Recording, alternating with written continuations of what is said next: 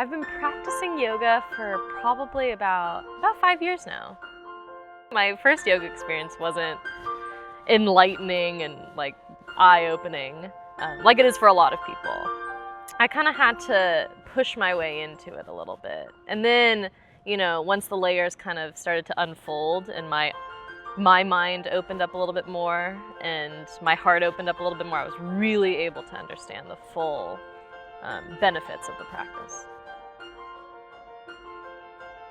I had just left the dance world and I had no friends in the area, no family, no outlet of any sort because I lost my outlet. I wasn't working, I wasn't in school, so I just immersed myself just to find a routine of anything, just to kind of get some, you know, just some order back into my life because I felt like the rug was just pulled out underneath me when I stopped dancing. So I just kept doing it, and I started from this really like competitive standpoint, like I'm gonna get my leg higher than everyone else. Because I was really flexible at the time. I was like, I'm just gonna, you know, casually touch the top of my head with my foot. Like, no problem, right? And then it just, like I said, it just like clicked for me. And then that started driving my routine even more. I didn't really have to force it anymore. It felt a lot more natural. And also just the community in itself drew me in. Once I made a lot of friends in the yoga studio, then they'd be like, hey, you want to take class together? I'd be like, oh yeah, let's go. And it was just a great way to connect with people as well as myself. The really hard part about dance is that you're in a room with however many other girls, you know, wearing really tight clothing so you can see everything.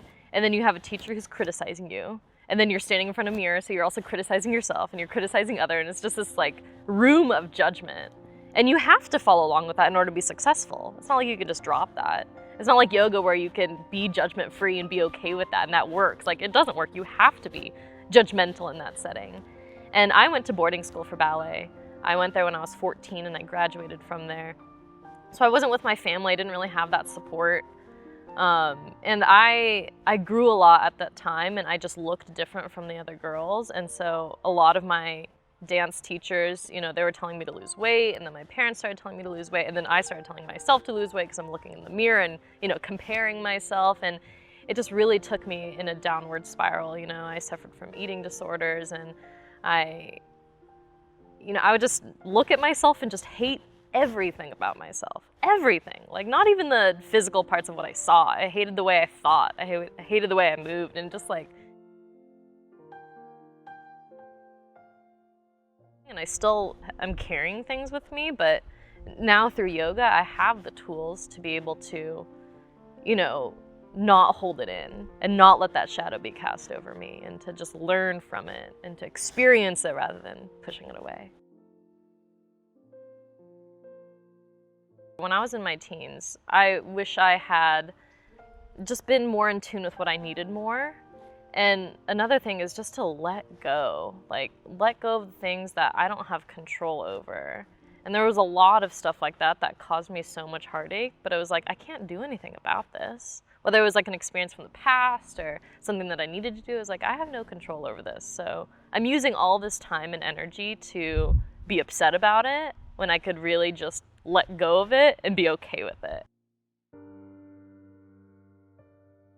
I think what our world is experiencing right now is a lot of judgment, external judgment. Judgment about what everyone looks like or what everyone is doing. You know, especially through social media, all you're doing is judging, you know? I hope that yoga can provide a tool to this world to just see past that, to be a medium of practicing non-judgment. You know, when we're on our mat, we do that to ourselves first and foremost. It's like, you know, you don't judge where you are on a certain day. Something isn't feeling great, then you just don't do it, and that's okay. And then taking that a step further to practice non-judgment to other people. And I really think that judgment is like the root of our divide. You know, we're very divided these days. And so just being able to connect, using yoga as a means to connect everyone universally, seeing past all that. Being able to, rather than talk about what makes everyone different, talk about what makes everyone the same and makes everyone something that everyone can relate to.